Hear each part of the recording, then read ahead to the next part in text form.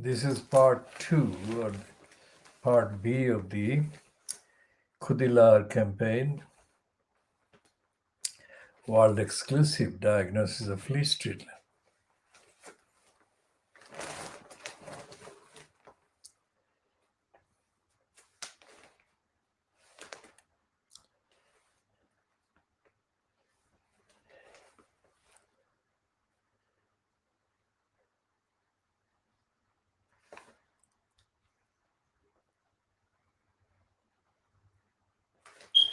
And this one on the scum, daily Rupert Murdoch scum on page 18, lefty lawyers stop UK deporting killers. Now, this is a very stupid, typically stupid scum kind of item.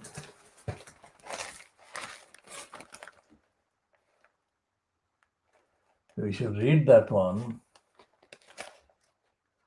Now, lefty lawyers, what do they mean by lefty lawyers? Lefty lawyers kept 23 dangerous criminals, including rapists and killers, in the UK yesterday. They filed last-minute legal challenges to block the foreign offenders boarding a deportation flight. It landed in Jamaica yesterday with 13 criminals on board, including 3 killers, 1 pedophile, and 4 drug dealers. The 23 who were dragged off had been jailed for a total of 156 years, including 1 life term. They include multiple rapists, a murderer, 2 convicted of attempted murder, as well as Class A drug dealers. So where is the lefty lawyers thing? It's not.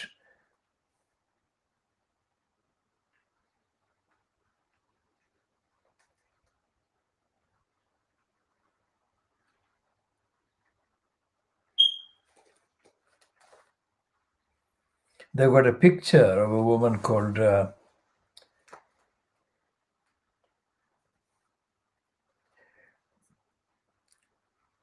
Bella Sankey, who stood to be a Labour MP last year and was endorsed by leaders Keir Starmer. Government source blasted. Statistically, it's highly likely many taken off the plane will commit further crimes within the next 12 months. If and when that happens, there will be blood on the hands of the people Keir Starmer describes as having principles and integrity. Now, that's not really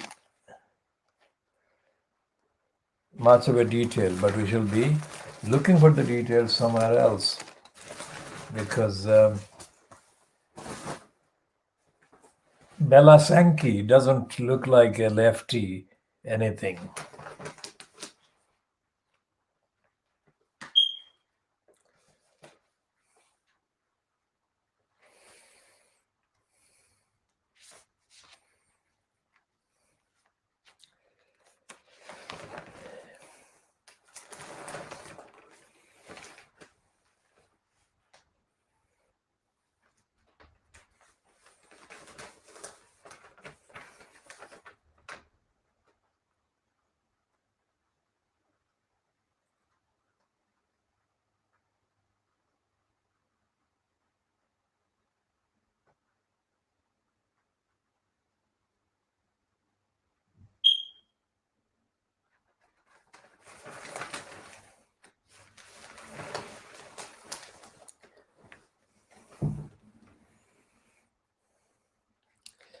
A senior aide to London Labour Mayor Sadiq Khan is working from home in California, 8 hours behind his boss.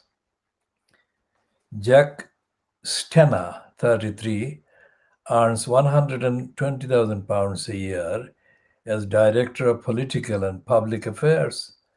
But critics claim he cannot do an effective job 5,000 miles away. Stena upped sticks and left his swanky East London pad in October just before lockdown. Now, where is the swanky East London pad? Not the same East London where the crooks in Tower Hamlets Council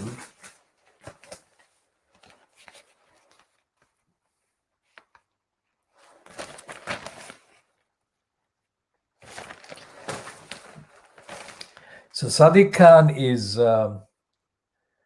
is paying an American £120,000 for political advice. What politics?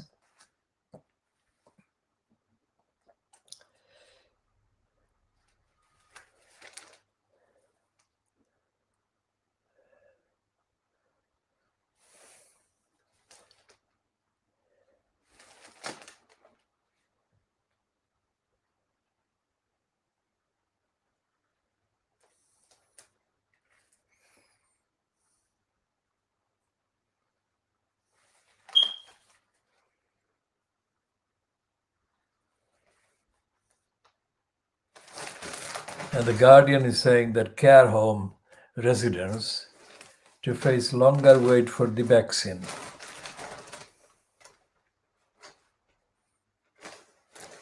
Hundreds of thousands of care home residents to miss first wave of jabs.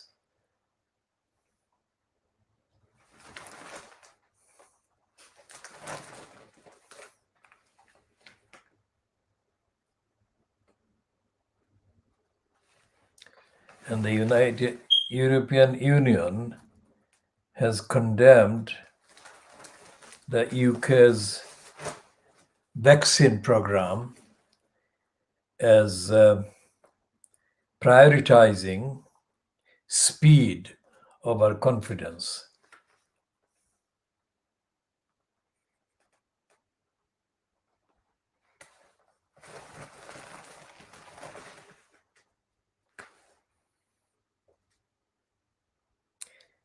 And on page 19, there is a piece about the United Nations chief saying war on nature threatens survival of humanity. Now that should be on page 1, not on page 19. And the rest of the Guardian is full of typical Guardian garbage without any real evidence. And it says, it's a piece by Bikram Dot, one of the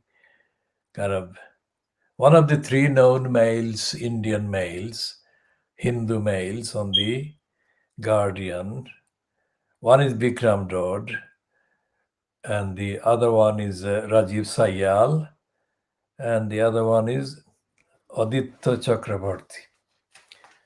Now, the Chakraborty name gives away a clue that he comes from, or he's of West Bengali descent, unless, of course, are Hindu descent anyway. And as are Bikram Dod and Rajiv Sayal.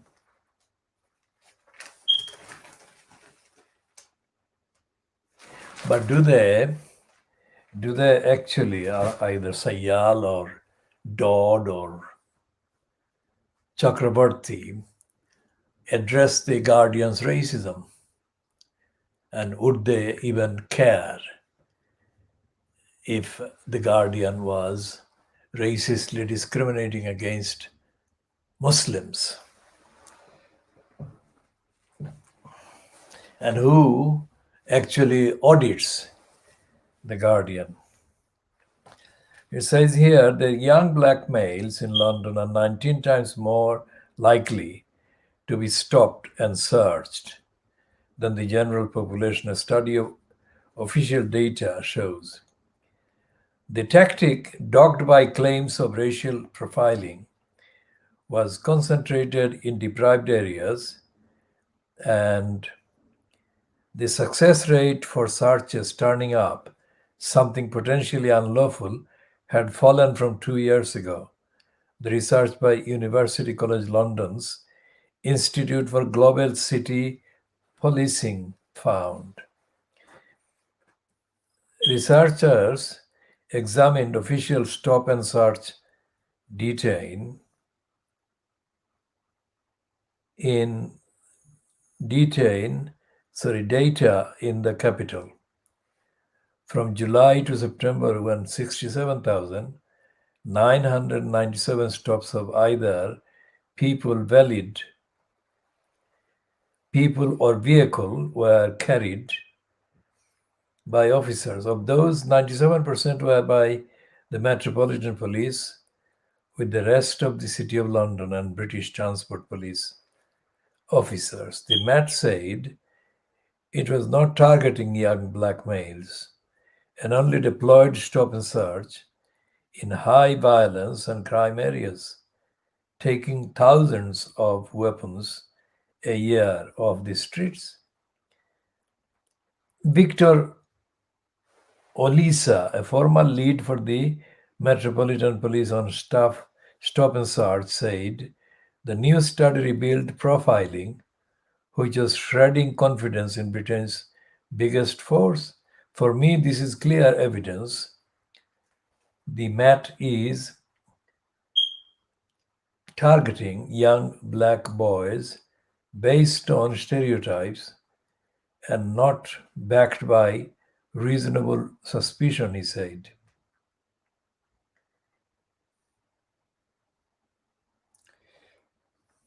Now, don't think that this is a good enough piece. And the fact that the Bikram Dodd doesn't find any democratic, political, ethical, moral campaigning body or person to give a comprehensive, contextual, historical, anti-racist analysis of policing gives the game away as well. It shows the Guardian is racist and stupid.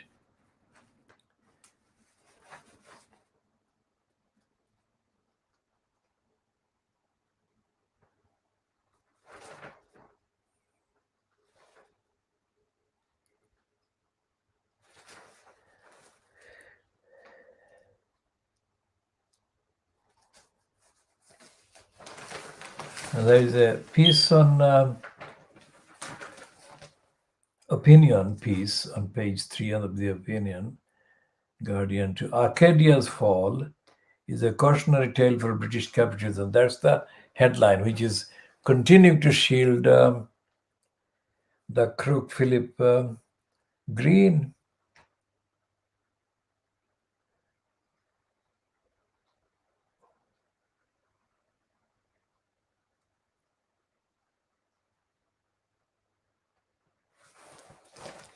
And he starts by Larry Elliott starts. Philip Green wasn't much cop at capitalism. That may sound a strange way to describe a very wealthy man who lives on an ocean-going yacht moored in the tax haven of Monaco. It perhaps sounds doubly weird given that Arcadia consists of some of the best-known names on the high street: Topshop, Wallis, Miss Selfridge, and Dorothy Parkins among them. But even a halfway decent capitalist should have seen that the writing was on the wall for a large swaths of traditional bricks and mortar retailing years ago. Green was unaware of or indifferent to this week's collapse of Arcadia and the wrenching structural change in his own industry. Now, that start and those two paragraphs confirm that the Guardian is suppressing critical headlines. This is not Arcadia's fault, it's a failure of the crook, Philip Green, and also the failure of the capitalist legal system and the capitalist company law system that allows crooks and criminals like Green to systematically rob and kind of steal from the public. And there is no chance whatsoever that even Larry Elliott would support that Green be prosecuted for his crimes. So that is kind of contradictory piece of critical reporting by Larry Elliott, who is one of the probably the longest serving financial person on the Guardian and the Observer. And but Elliott isn't talking about the need to prosecute the likes of Philip Green.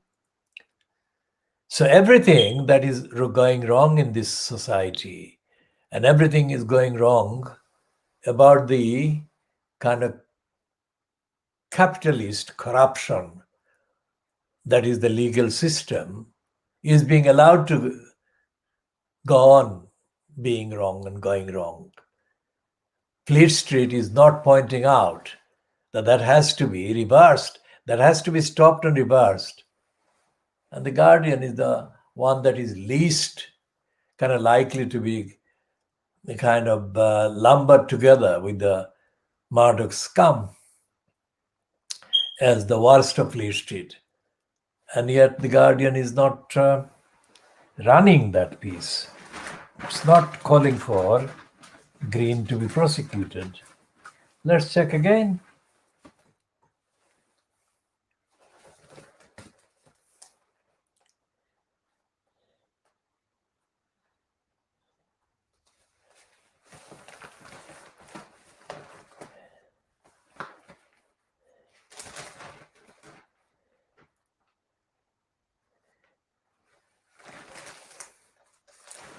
And this is a kind of piece about Labour MPs getting kind of divided over the Brexit vote.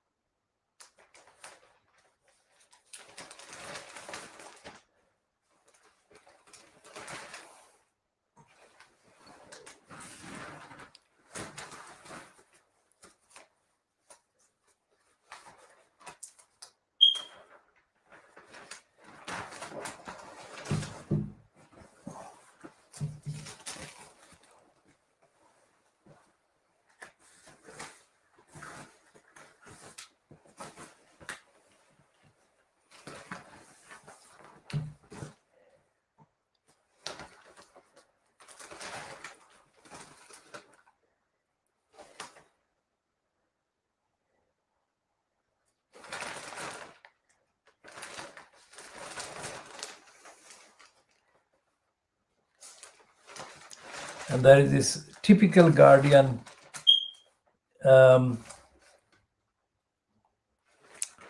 piece headlined, make sure the deprived get the, ensure most deprived have access, urge top advisors.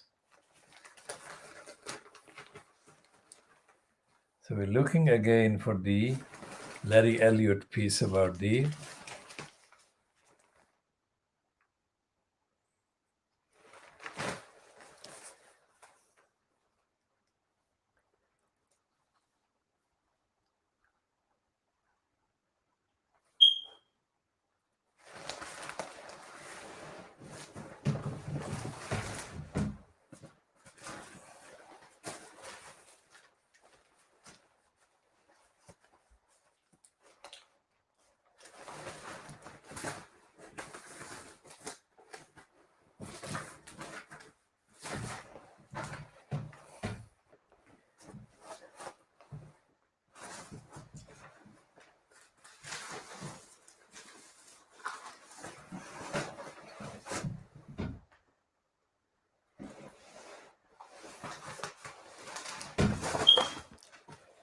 So the Larry Elliott piece is saying that it's got a whole page on the thing, page 3.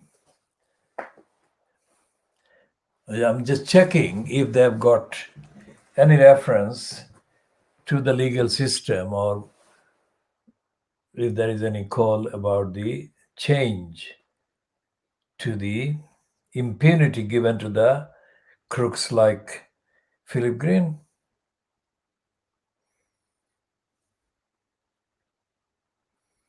Okay, so he's saying in these concluding kind of 2 paragraphs, Larry Elliott, high streets and city centers will need to change because there are too many retailers chasing a dwindling amount of consumer spending, as was the case until relatively recently. High street and city centers need to become places where people live and work, as well as places where they shop. But all this requires some serious investment in skills, physical infrastructure, and innovation, rather than a pile 'em high, sell 'em cheap, make a quick buck approach. That model is bankrupt, but so is Larry Elliott. Larry Elliott is in typical kind of capitalist denial. I mean, posing as a commentator with some kind of insight because of the length and longevity of his kind of career in this field. I mean, he's complicit with the crooked legal system or legal bureaucracy. There is no call, there is no acknowledgement even of the concept that impunity exists from prosecution for criminals. Any study of the last, let's say, decade, especially the last 12 years, let's say, starting with the collapse of the banks, I mean, billions of pounds, hundreds of billions of pounds were stolen by the criminals operating through the banks and the big business. And nobody has been prosecuted. Now, and it's typical of the Guardian because they have never ever run anything that I can see or I can remember or I have noticed saying that offenders like big business and big banks need to be prosecuted. Without prosecution, I mean, what is there to stop them doing it again and again? And the Guardian doesn't say the deprivation is not a kind of congenital thing specific to the deprived people's biology or ethnicity or DNA.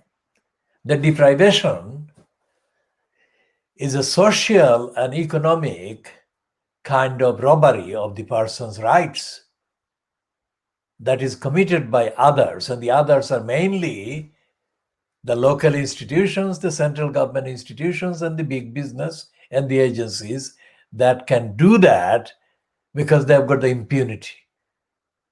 So there is a cycle. And the fact that there are so many pages of stuff headlined with the COVID and the virus and the vaccine shows the bankruptcy of the entire Fleet Street, entire Guardian, because although they've got so many items about the vaccine and about the virus and about the kind of various contradictions, especially the Guardian talking about the Brexit kind of challenge and division among the conservatives, it doesn't actually bring to the readers or bring on the record anything substantially kind of defective in the system, in the behavior of the conservatives or in the behavior of the Labour so-called opposition.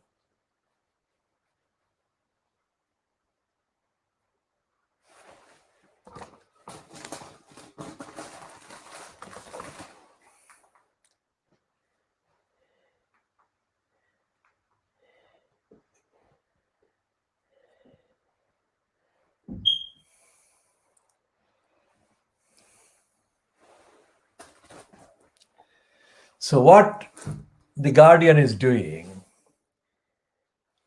I mean, we have been examining and diagnosing the Guardian sickness, is retaining the pretense of being the Guardian, whatever the likelihood of that pretense to be sustained, meaning that it is not like the Sun or the Express or the Star or the Daily Mirror or the Boris Graph, that it is a newspaper with conscience. That is the suggestion. But the Guardian remains untruthful, dishonest, in denial, in capitulation. I mean, this item on the front page,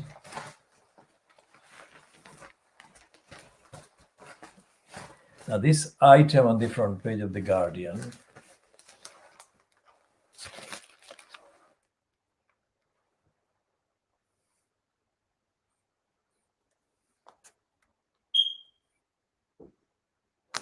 this item says that vaccinations next week, as Prime Minister, that is Johnson, is caught in Brexit row. This is not a row. The thing that the Guardian calls a row is in fact evidence of perpetuated impunity by those in positions of decision making, the executive, and also the absence of an opposition in parliament, and an absence of any action against these criminals in the judicial bureaucracy. That is, through the judicial bureaucracy. For example, in the first part A today, we referred to the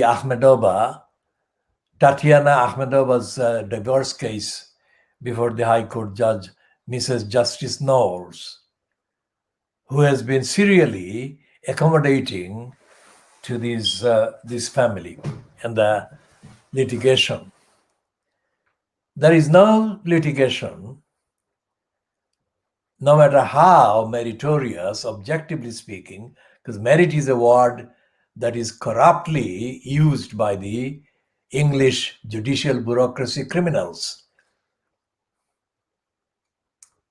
Merit is never held to account. Merit is never assessed objectively.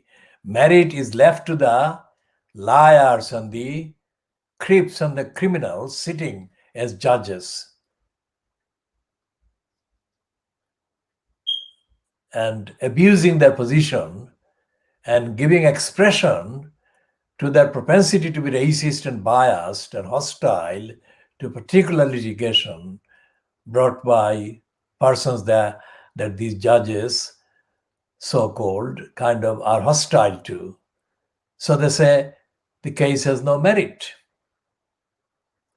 It's not objectively defined quality or contents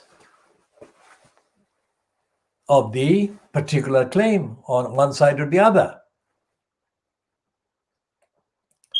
And the fact that billions of pounds are being allowed to be stolen by the likes of Green and others, and there is no sign, there is not even a mention of these criminals being kind of overdue for prosecution, shows that there is open impunity even from coverage. Now, the scum says that these Jamaican criminals, 23 Jamaican criminals who were sentenced to 156 years, were kind of prevented from being deported to Jamaica yesterday. I mean, that suggests that, number one, there is no crime committed by gullibles and ordinary white indigenous people. That is very serious defect. And the Guardian knows, and the people in the Guardian, on the Guardian, know that that kind of criminality of wrong kind of description of people, if the Jamaicans that were kind of prevented from being deported were the only criminals to be convicted by the British courts, then that could make sense. But they're not. They're in fact only 23. Literally thousands of criminals, white criminals, indigenous criminals, born and brought up in the UK, are being convicted every week.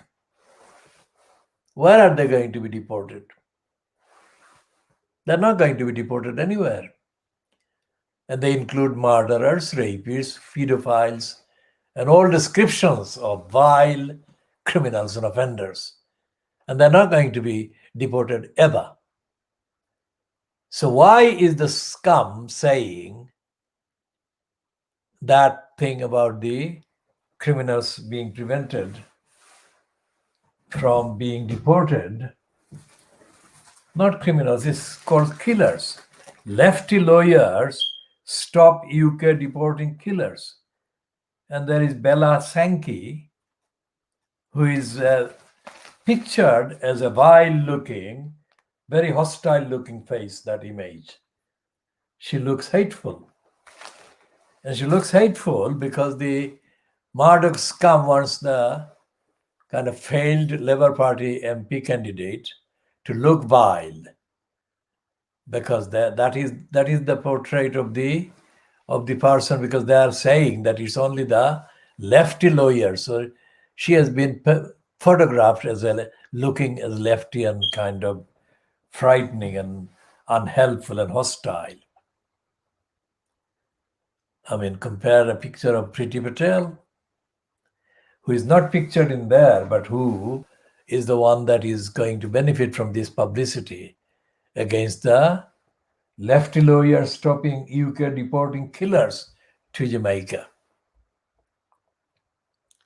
I mean, if there are 23 criminals, 156 years of kind of imprisonment they have been kind of sentenced to, if they are not the only criminals, then what is the difference between their crimes and the crimes of those others, thousands of indigenous criminals, white criminals that are allowed to remain wherever they are, and that is England or Britain, the UK. So the diagnosis of Fleet Street is based on that kind of evidence. That is racist and it is stupid and it's not helping the cause of people who deserve to be free from criminal threats and criminals kind of violating them. But there is no sign of any quarter, including the opposition party, demanding a parity, the equality of treatment among criminals or over criminals. Because whenever they run a story like that, that is kind of run directly in collusion with the racist agenda of the Home Office, they should be obliged to give the full details of how many English or British born and brought up criminals committing even as bad crimes as the Jamaican 23, but also worse crimes. And yet they are not being considered for deportation anywhere, anytime soon. So the emptiness of rigor and analysis and demand for just kind of comparison and treatment of criminals and persons of all kinds of backgrounds is the perpetual state of dysfunction in this country and in this society. And despite the evidence that we have just summarized in this diagnosis, there is no sign that the Labour Party is actually putting up a serious defense of the people who are being deprived and denied their rights by the status quo of perpetual decline in rigor and standard and fairness in the systems, including of course, the judiciary, including in Fleet Street, including in Parliament, including, of course, in government. I mean, we have posted today a number of tweets, I think 3 tweets about Chris Bryant. Now, Chris Bryant is a member of Parliament, Labour member of Parliament, who was who got the second highest number of MPs votes for the post of Speaker after John Barker was replaced.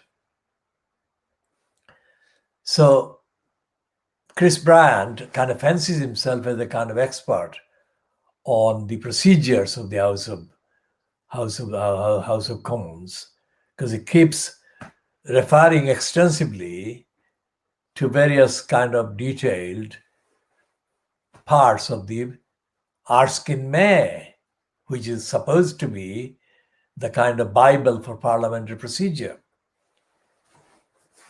And he fancies himself as that, not because of any moral commitment to Erskine May or procedures or due process.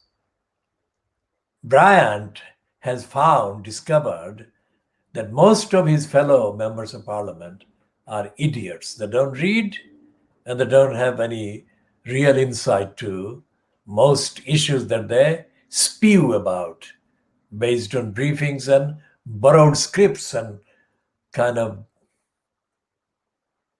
whipping kind of circulars, or circulars that are whipped, circulars that are distributed among whips members of Parliament. That is to say, members of Parliament who are under the parliamentary party's discipline. And that includes a lot of the material spewed by MPs on issues and debates, which has been affected by the virus for the last, let's say, 10 months. But essentially, most of the so-called debates that take place in the Houses of Parliament, and especially in the House of Commons, are actually not written by the MPs. They are staged kind of contents and versions that have been written for them by the party managers or management. Which is why it makes no sense to kind of raise the fact that Jeremy Corbyn has no longer the Labour Party whip on him. It doesn't make any democratic sense. It doesn't make any ethical sense. It doesn't make any real sense to the understanding of how Parliament is bankrupt and how Parliament is not to be trusted with anything. Parliament, the House of Commons itself, is like 100 years or 200 years behind the times. Times meaning things in society needing to be addressed, recognized, and changed based on the circumstances today.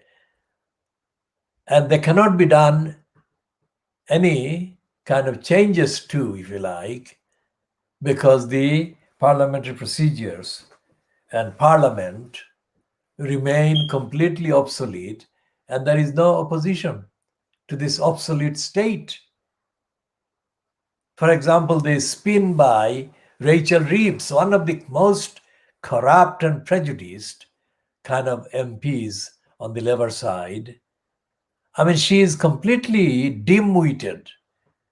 She spews idiotic half concepts. Is it to do with the fact that she is actually still kind of in debt to the state, to the Bank of England and others that she served before?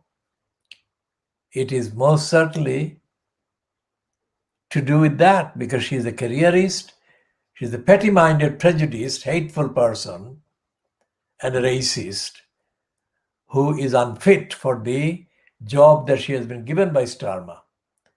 Well, the job that society needs, the electorate needs, and the communities need across the country. And she cannot deliver because she's dim-witted, she's ignorant, she's limited. Now, these words and descriptions apply to most Labour Party MPs and to most Conservative Party MPs, to most SNP MPs, but compared to the English cons and the English Labour MPs, the Scottish MPs, the band, the champions, the numbers that are currently in the elected posts after the 2019 election contribute, in terms of the contents of what they contribute, significantly higher quality of comments and information and debate and information that they bring to the debates, let's say. But there is nothing on the fundamental issues about health, about democracy, about the lack of action to end the powers of the criminals making people poor at various stages in the councils and in the central government department, especially including the, not necessarily just exclusively one department, but including the Department for Deprivation, Want and Poverty, DWP, Deprivation, Want and Poverty.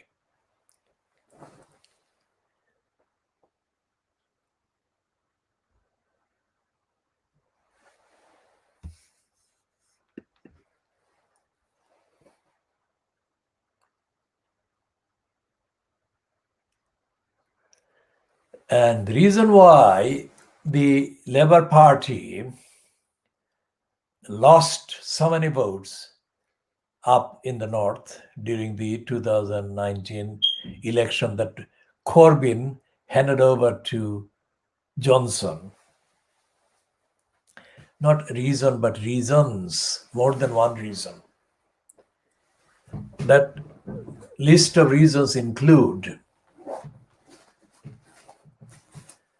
the list of reasons for the kind of loss of the so many Northern English parliamentary seats to the Conservatives